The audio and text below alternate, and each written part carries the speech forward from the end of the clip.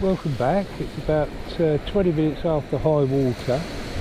Just had a first bite of the day. It was a decent rat, but it hasn't come back and done any more. I'm quite surprised it's been so quiet actually. When you think the last time we was on the shingle, the conditions were far from perfect. It was an east wind, bright sunny day like it is today, and we had the soul, the dam, the place. And today, after a weekend of very strong winds, gale force winds actually, it's been quite quiet actually. I mean, there's no crabs out there taking the bait as such. I brought in about 5-10 minutes ago those 2 squid and lug wraps I've done, and they were completely untouched, so I've added a bit more black lug to the other hook. And as I say, we've just had our first and only rat really. So I think what I'll have to do is come towards the end of the week when the tides are in the dark. Today was 3:30, so tomorrow's sort of 4:30. So by the weekend it should be 6 or 7 o'clock high tide, just to see if the darkness gives them a little bit more confidence. The only trouble is it'll probably be dogfish all the way. I don't think the whiting are here just yet. I haven't really heard reports of anybody catching lots of whiting, because it's usually about now that they come in hordes, and you find you can't keep a bait in the water long enough for anything else to have a go at it. But I've been watching the other angler down the way a couple of 100-300 yards, whatever, and I haven't seen him actually pull anything up yet, so I think it's quiet all round. So there's a nice bit of colour in this sea, and it's certainly not calm, but it's been very, very quiet. Always nice to be out on the shingle, and a bit of fresh air never done anybody any harm. And I mean, it's just possible that we've got a nice big fat dab hanging on the end of one of those hooks. That'd be nice. I think it's unlikely, sadly, because usually even if you get one big bite, if there's anything actually on the hook, you still, especially with braids, you'll see it. And I can't honestly say that I've seen any other movement. So that might well have been a dogfish just hit the bait and kept going with the tide.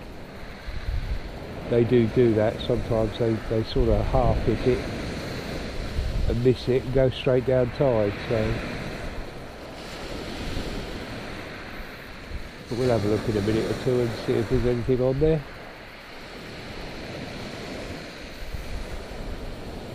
Not a particularly big tide today by the look of the way it's come up. I would say it's probably only in the high 5s or early 6 metre tides, whereas of course over the weekend when we had all the gales and storms, they were very big tides, 7 metre 7 I think it was Saturday, which caused localised flooding in Sandgate, and several anglers got caught out on the beach here because they moved their brollies and shelters right back to the wall, but the water came up through the shingle, so the sea was up probably about where we are now and crashing down hard, but the shingle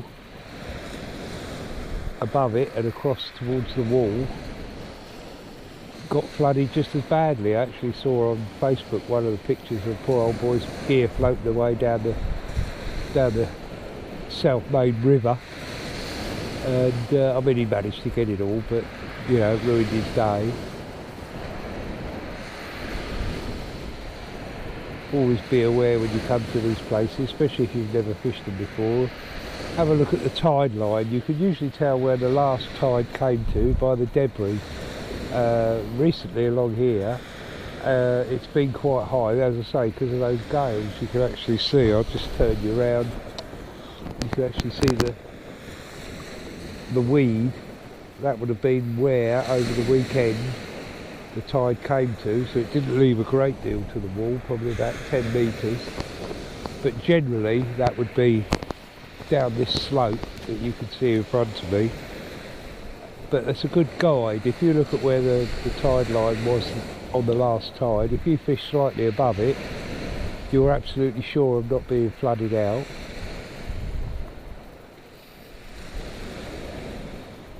And also, if you decide to fish places like Dymchurch round the bay a little bit, Tower 23 being one of the favourite spots, always remember to check the sand as you walk out, because there's some very, very soft spots there and you can get yourself into a lot of trouble. And of course with somewhere like Tower 23, because it's quite shallow, you're probably only talking about, well, probably under 20 foot at high tide. So what you get there is literally hour up, hour over. It's quite quick, but it fishes quite well at low tide for rays and bass. As I say, best not to go on your own to a place like that, especially if you've never been before, because you can get caught out by some terrible, horrible, wet, sandy, puggy stuff, and you get stuck in that, and that's no fun at all. Right, well, we'll have this in and have a quick look, but I have a horrible feeling there won't be anything dangling on the end, but we'll have a look.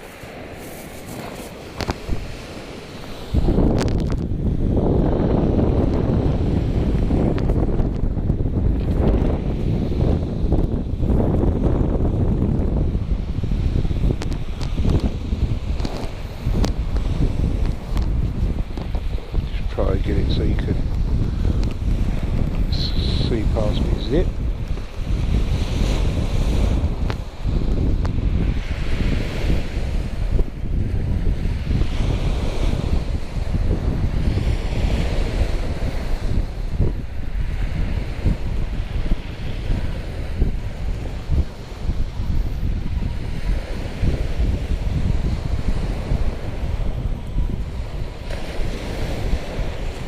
Can't feel anything on there other than the 150 gram nabbix at the moment, so but we'll have a look to see what bait the fish attack.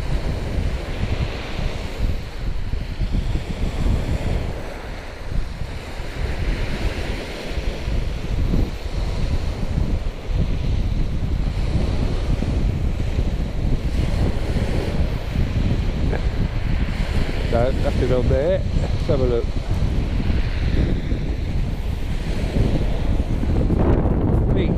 By the look of that, it was probably the black lug that he had a go at.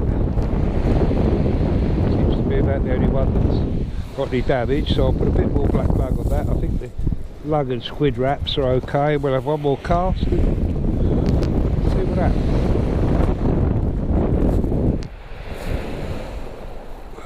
Yeah, you can see where he's pulled it down. That's the trouble with frozen blow lug, frozen black lug. It's not quite as durable second time round.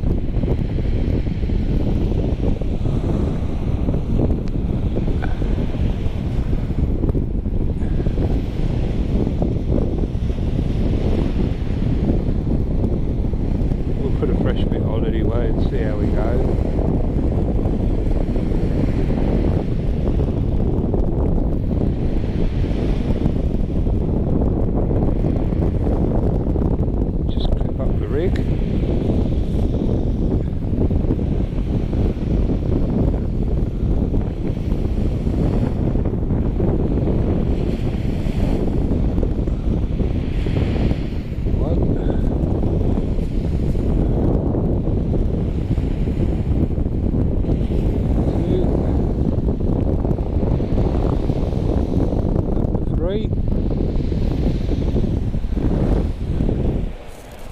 Dry my hands.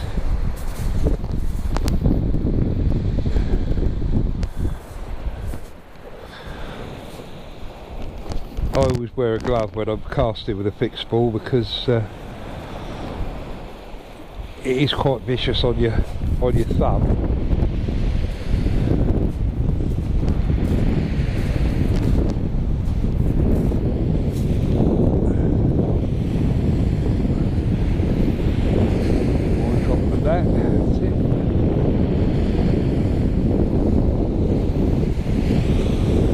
So I'm no caster, but it gets it out there far enough to catch a few fish.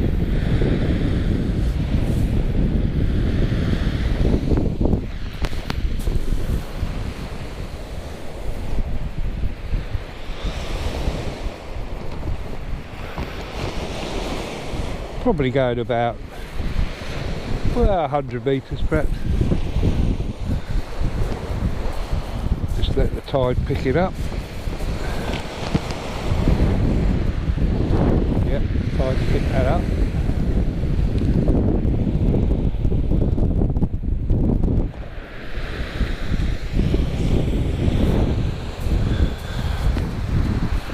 Well, I'm sorry there wasn't a great deal of fish to show you today, but as I say, I was surprised that it's been so quiet today. But that's fishing. You come down here on a day when you don't really expect to catch very much, and you have a good day. Then you come down on a day when you think you might well do a few fish, and you struggle. That's the idiosyncrasy of sea fishing, I'm afraid. You know, but I'm very lucky that I only live 10 minutes away, so it's no big deal for me to come down for a couple of hours, and if I don't catch anything, well, it doesn't really matter. I understand quite a few of you guys probably have to do a whole day's fishing on the beach because you have to come such a long way.